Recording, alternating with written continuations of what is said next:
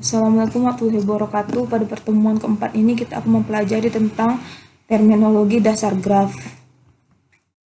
Terminologi dasar graf itu adalah suatu istilah yang sering digunakan pada graf, misalnya seperti graf sederhana, graf palsu, graf ganda, dan graf umum. Terminologi lain yang dibicarakan adalah bersisian, simpul terpencil, graf kosong atau derajat. Jadi masuk di sini terminologi itu adalah istilah-istilah yang ada pada graf. Nah, nanti akan kita jumpai itu istilah misalnya kayak bersisian, itu kata lainnya itu kayak seperti kayak misal bertetangga atau bersilangan, nah seperti itu contohnya, salah satunya istilah-istilah yang ada pada terminologi graf.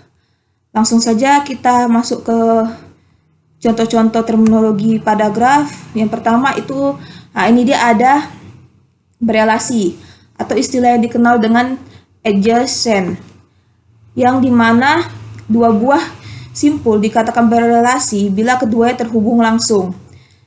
Ingat, perbedaan berelasi dengan bersisian atau bertetangga itu gak jauh beda. Tapi yang hanya membedakan di sini adalah berelasi itu dikatakan dia berelasi apabila simpul itu dia terhubung langsung oleh sebuah jalur. Ingat ya, berelasi itu dikatakan dia berelasi pada graf apabila dua buah simpul itu dihubungkan oleh sebuah jalur. Nah, coba kita lihat pada graf 1 atau graf G1. Simpul 1 berelasi dengan simpul 2 dan 3. Kita lihat, simpul 1 berelasi dengan 2 dan 3. Kenapa? Karena kan antara simpul 1 dan simpul 2 ini kan ada jalur yang menghubungkan. Begitu juga dengan simpul 1 dan simpul 3 ini kan ada jalur yang menghubungkan. Sedangkan simpul 1 tidak berelasi dengan simpul 4. Kita lihat, simpul 1 tidak berelasi dengan simpul 4. Kenapa? Karena tidak ada jalur yang menghubungkan dua simpul ini. Oke. Coba kita lihat lagi yang jalur G2. Simpul 1 berhubungan dengan simpul 3 atau berelasi dengan simpul 3. Kenapa? Karena ada jalur yang menghubungkan mereka, yaitu jalur E3. Dan simpul 1 berelasi dengan simpul 2. Kenapa? Ada jalur yang menghubungkan mereka, yaitu simpul E1. Dan simpul 1 sama simpul 2 juga ada lagi juga yang menghubungkan, yaitu simpul E2. Sedangkan simpul 2 dengan 3 ada yang menghubungkan, yaitu simpul E4.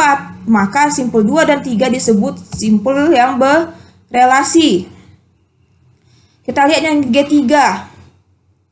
Simpul 3 dan 4 ini simpul yang berelasi ya, karena ada yang menghubungkan sebuah jalur antara simpul 3 dan simpul 4.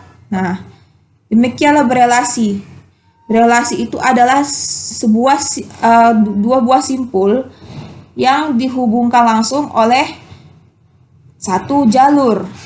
Kita lanjut ke contoh. Nah, di sini perhatikan graf di atas. Apakah simpul A berelasi dengan simpul B dan A berelasi dengan D? Coba kita lihat. Simpul A apakah berelasi dengan B? A apakah berelasi dengan B? Ya, simpul A berelasi dengan B. Karena kenapa? Ada jalur menghubungkannya, yaitu E2. Sedangkan simpul A apakah berelasi dengan D? Tidak, karena tidak ada jalur menghubungkan. Coba kita lihat jawabannya. Ya, benar ya, simpul A tidak berelasi dengan D karena tidak ada jalur menghubungkannya. Sebutkan simpul-simpul berelasi dengan B. Simpul-simpul berelasi dengan B. Simpul A, C, dan E. Ya, benar ya, simpul A, C, dan E. Coba sebutkan simpul-simpul yang tidak berelasi dengan C. Simpul apa yang nggak berelasi dengan C? Simpul E. Lalu simpul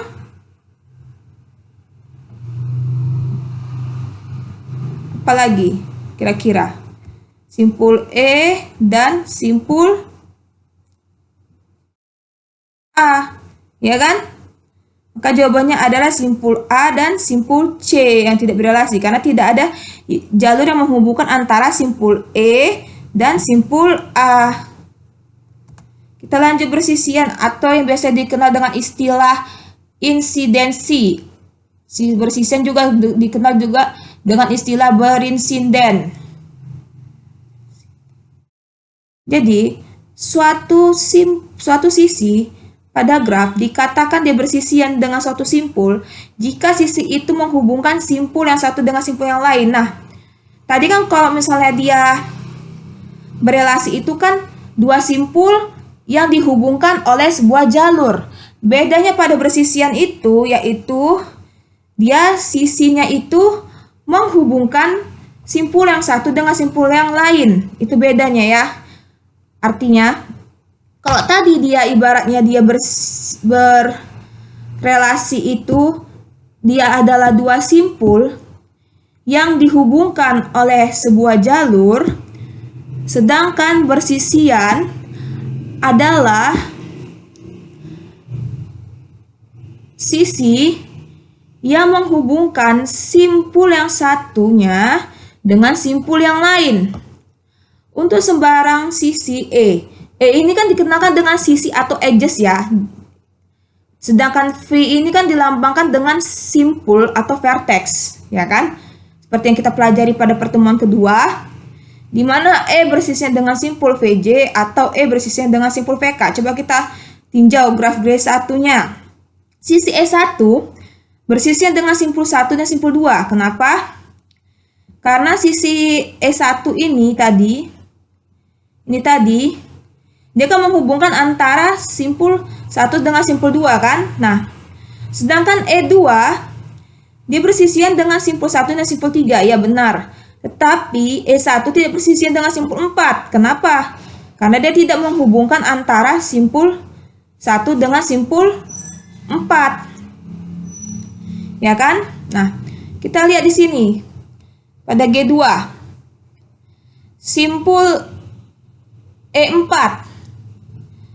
Dia bersisian kan dengan simpul 2 dan 3 karena simpul E4 ini menghubungkan antara karena jalur E4 ini menghubungkan antara simpul 2 dan simpul 3. Dan jalur E3 itu menghubungkan antara simpul 1 dengan simpul 3. Simpul 1 dan 2 juga bersisian. Karena kenapa?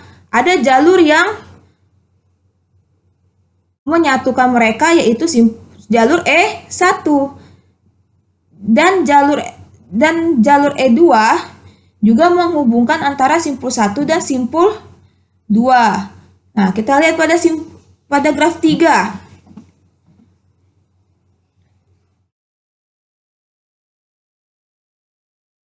Pada graf 3 si 1,3 ini sisinya ini dia akan menghubungkan antara simpul 1 dan simpul 3. Sedangkan sisi 1,2 nanti ini dia akan menghubungkan antara simpul 1 dan simpul 2. Dan sisi 3, 4 nantinya dia menghubungkan antara simpul 3 dan 4. Kita masuk ke contoh. Tadi kan dikatakan bahwasannya bersisian itu adalah sebuah jalur yang menghubungkan dua buah simpul atau sebuah jalur yang menghubungkan antara simpul yang satu dengan simpul yang lain. Itulah bedanya bersisian dengan berrelasi. Kalau dia berrelasi itu kan dua buah simpul yang dihubungkan oleh sebuah jalur. Kalau dia bersisian, jalur yang menghubungkan dua buah simpul atau jalur yang menghubungkan antara simpul yang lain dengan simpul yang satu dengan simpul yang lain. Perhatikan graf di atas. Apakah jalur E6 bersisian dengan simpul A? Kita lihat. Jalur E6, apakah bersisian dengan simpul A? Ya, karena kenapa? Baiklah, saya ulangi lagi, bersisian Bedanya bersisian dengan berelasi, tadi kan sudah saya katakan bahwasannya apabila dia berelasi itu, dia akan dikatakan berelasi apabila dua buah simpul yang dihubungkan oleh sebuah jalur. Sedangkan kalau misalnya dia bersisian, dia itu jalur yang menghubungkan antara simpul yang satu dengan simpul yang lain. Kita lihat contohnya di sini. E1 bersisian dengan simpul 1 dan 2. Iya benar, E1 bersisian dengan simpul 1 dan 2. E2 bersisian dengan simpul 1 dan 3. Ya benar ya. E4 bersisian dengan simpul 2 dan 4. E3 bersisian dengan 3 dan 4. Tetapi sisi E1 tidak bersisian dengan simpul 4. Kenapa? Karena tidak ada jalur menghubungkan antara si 1 dengan si 4. Begitu juga dengan ini ya. Ini 1 sama 3 dia tidak bersisian. Karena kenapa? Tidak ada jalur menghubungkan antara 1 dan 3. Begitu juga dengan ini.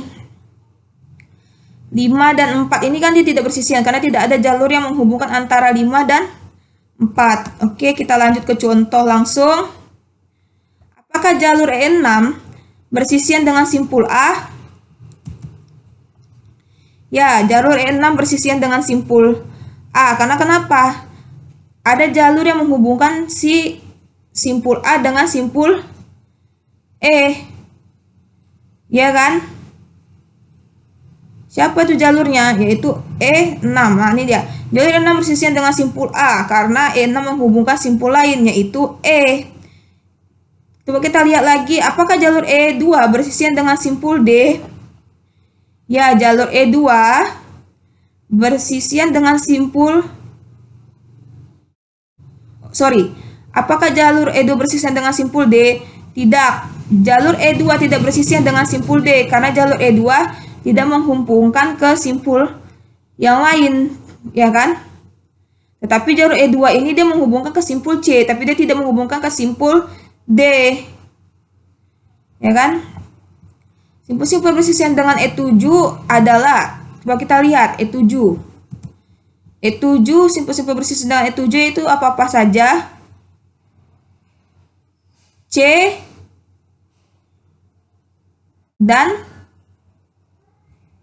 apa lagi? C dan E. Ya kan, yang berhubungan dengan E7.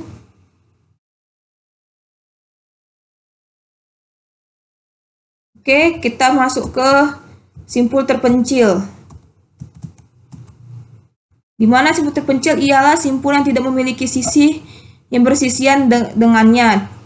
Nah, pada ini semua, ini dia bukan simpul terpencil. Karena kenapa?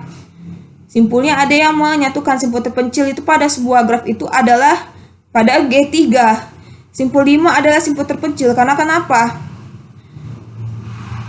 Dia terjadi pada suatu graf.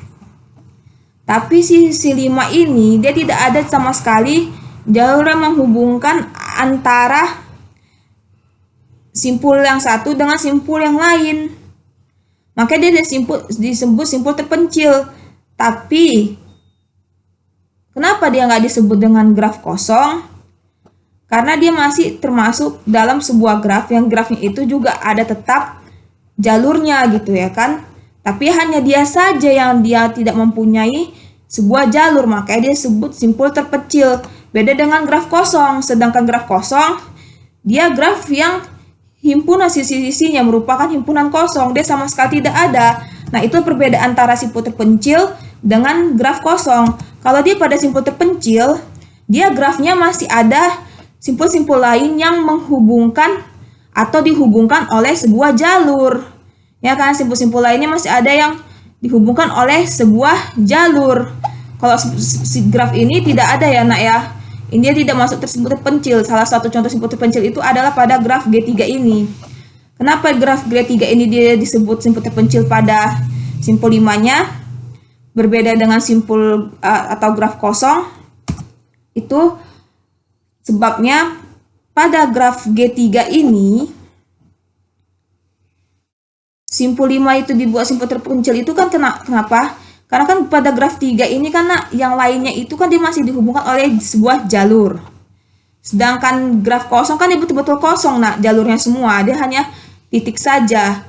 Karena graf kosong itu adalah graf yang himpunan sisinya itu merupakan himpunan kosong. Dia sisi-sisinya itu, jalur-jalurnya itu dia merupakan himpunan kosong, makanya dia hanya sebuah simpul saja. Beda dengan simpul terpencil. Kalau dia simpul terpencil, dia tetap pada satu grafnya itu, dia tetap ada simpul yang dihubungkan oleh jalur, tapi dia ada juga simpul yang sama sekali tidak dihubungkan oleh sebuah jalur. Nah, itulah dia disebut simpul terpencil.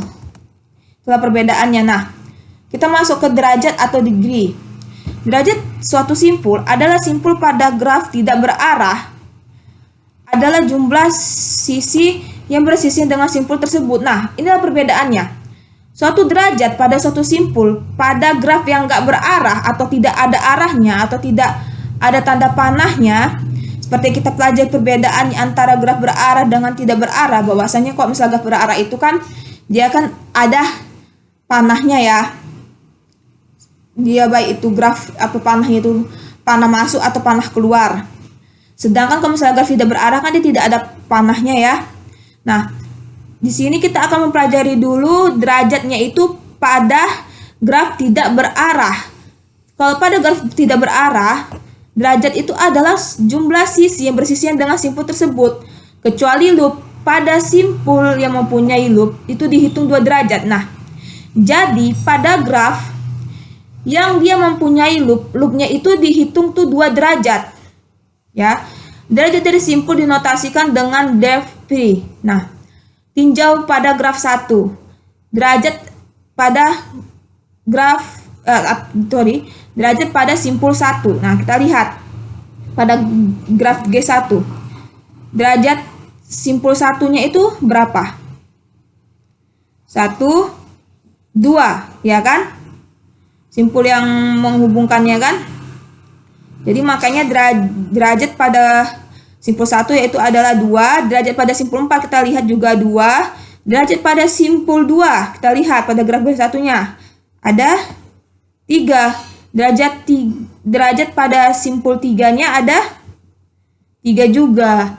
Nah, kita lihat tinjau graf G2, derajat pada simpul 1 pada graf 2, 1, 2, 3.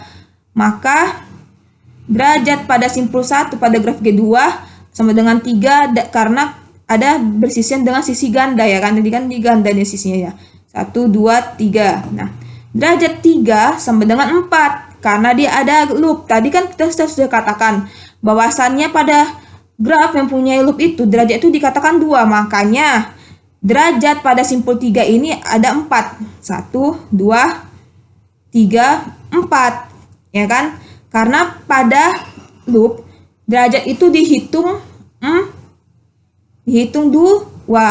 Maka dia 1, 2, 3, 4. Karena dia ada loopnya. Sedangkan pada graf G3 derajat 5 itu kan simpul terpencil. Dia kan tidak mempunyai simpul.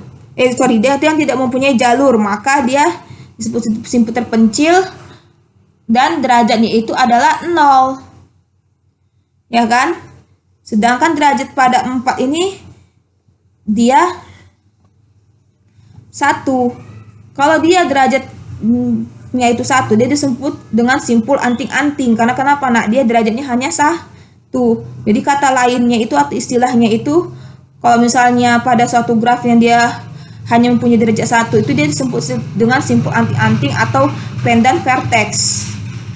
Kita lanjut pada graf berarah. Nah, seperti yang saya katakan bahwasanya pada graf berarah itu kan nanti kita lihat itu di dalam graf berarah itu ada simpul yang masuk dengan ada yang jalur masuk dengan jalur keluar gitu kan pada sebuah simpulnya kan. Nah, di sini D-in atau derajat masuk itu kan jumlah busur yang masuk ke simpul V.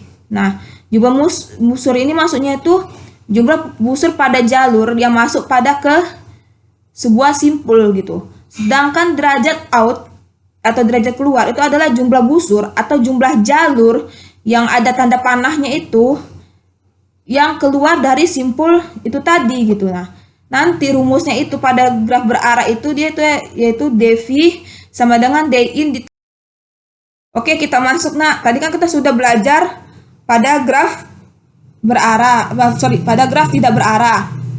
Sekarang kita masuk pada graf berarah. Di mana perbedaannya itu kan pada graf tidak berarah kan dia kan tidak ada derajat masuk dan derajat keluar. Dia hanya dihitung berdasarkan simpulnya saja. Berbeda dengan graf berarah. Kalau dia graf berarah, dia tuh dihitung dari derajat masuk dan derajat keluar. Apa tuh derajat masuk dan derajat keluar? Derajat masuk adalah jumlah busur yang masuk ke simpul V.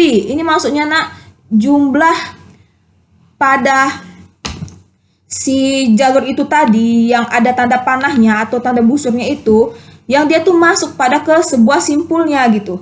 Sedangkan jumlah busur yang keluar dari simpul V itu atau derajat keluar itu, dia jumlah di mana jalur itu nah yang mempunyai busur atau tanda panah itu dia keluar dari simpul si V-nya itu tadi. Jadi nanti rumusnya itu untuk mencari derajat pada graf berarah yaitu adalah dV sama dengan din ditambah do. Oke, kita lanjut.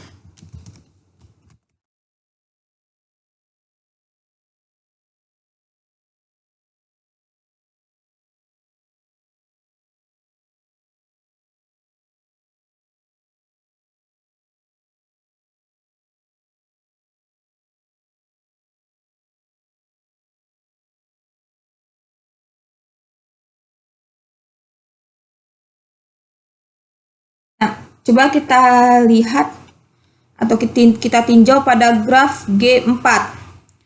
Kita lihat, tadi kan din itu adalah derajat masuk atau jumlah busur yang masuk ke simpul V. Nah, kita lihat din satunya, ini satunya nih.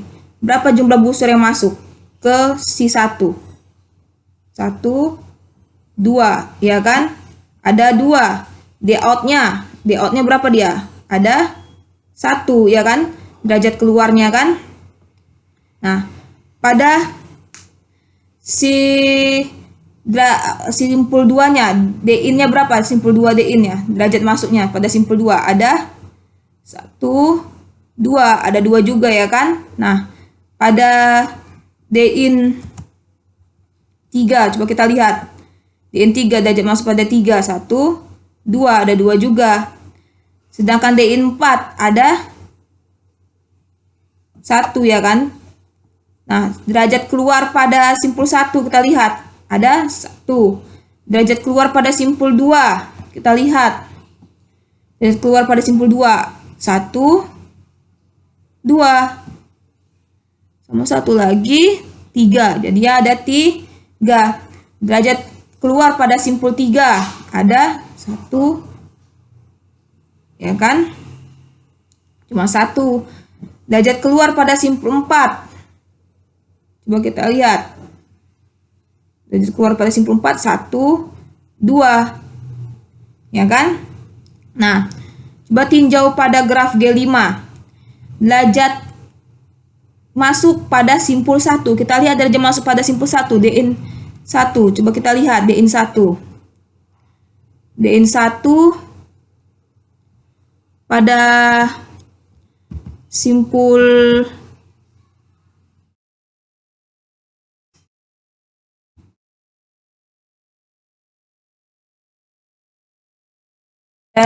graf G5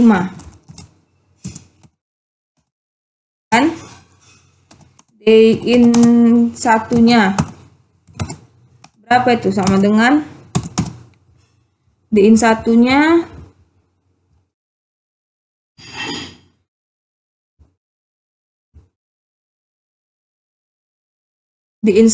ada 1, ya kan? Ini pun juga ada nih kan 2 dan 3, ya kan? Jadi derajat masuknya itu ada 1, 2, 3 pada simpul 1.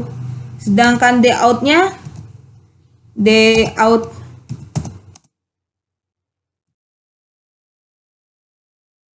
simpul 1 berapa? Derajat keluarnya, yang panah keluarnya nih. Ada 1 dan 2. Ada 2 ya kan? Nah,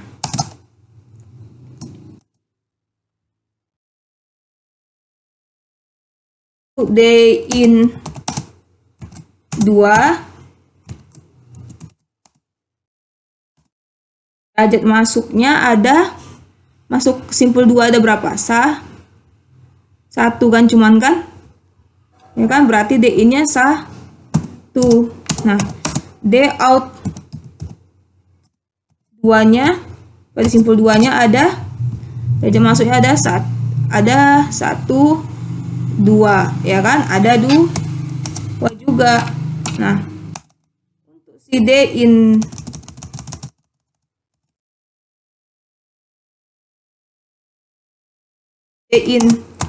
pada simpul 3, pada si G5-nya atau graf G5 ada berapa? Nah, 3. Jalur 3 ini banyak nih kayaknya ya. Yang masuknya itu ada 1, 2, 3, ya kan? Ini lagi 1, ya kan? 2, 3 ya, 3 ya. D ini ada 3. Sorry.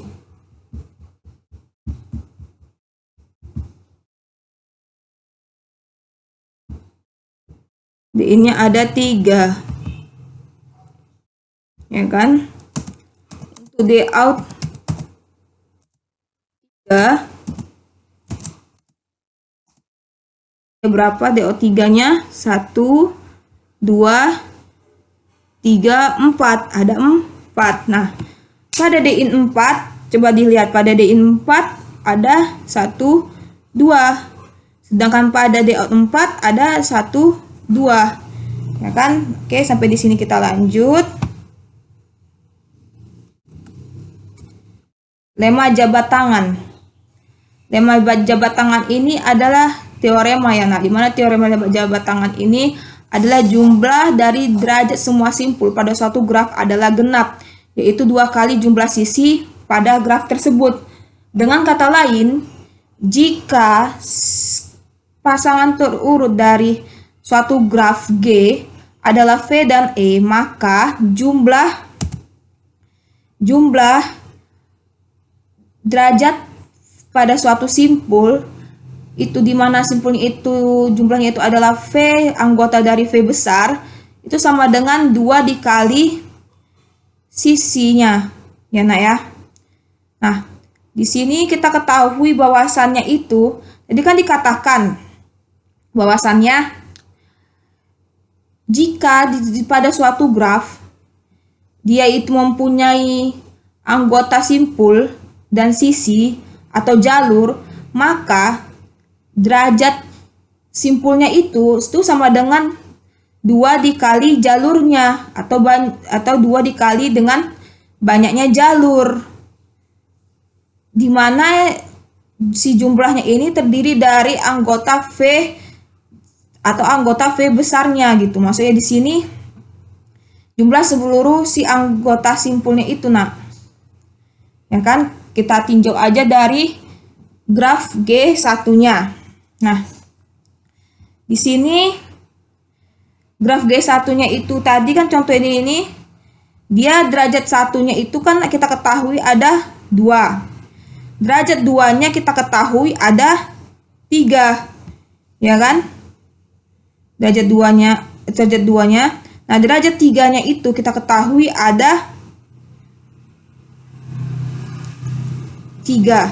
Derajat 3-nya ini ada 3 juga, sedangkan derajat 2-nya ada 2, maka 2 dikali jumlah sisi. Kenapa 2 kali jumlah sisi?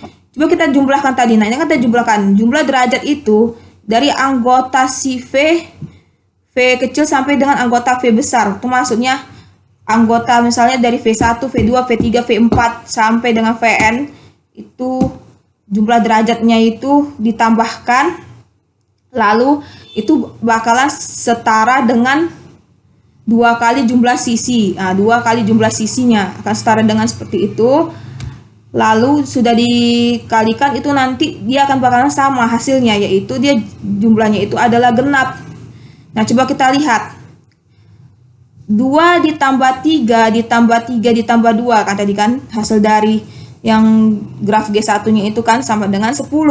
Coba kita buktikan. Dia kan tadi kan dikatakan bahwasannya jumlah semua derajat itu sama dengan 2 dikali banyaknya sisi atau banyaknya jalur ya kan. Coba kita lihat 2 ya kan. Kita kalikanlah dengan banyaknya si jalurnya ini berapa pada graf D1. Ada 1, 2, 3, 4, 5 ya kan. Berarti kan 2 dikali 5 sama dengan 10. Berarti terbukti ya 5 jabat tangannya ini atau teoremanya kan. Nah, kita tinjau pada G2. Coba kita lihat derajat satunya. Derajat 1 pada G2 ini ada berapa, Nak? Ada 1, 2, 3. Ada 3 kan? Nah, pada D2 ada 1, 2, 3. Ada 3 juga kan? Nah, pada D3 ada 1, 2, 3, 4. Karena kenapa? Tadi kan derajat pada suatu loop dihitung 2 kan? Makanya 4. Nah, sama dengan 10 juga. Sisinya ada berapa? Jumlah sisinya kita buktikan sesuai dengan ini. Bahwasannya semua jumlah derajat ini pada suatu simpul itu sama dengan 2 dikali banyaknya jalur.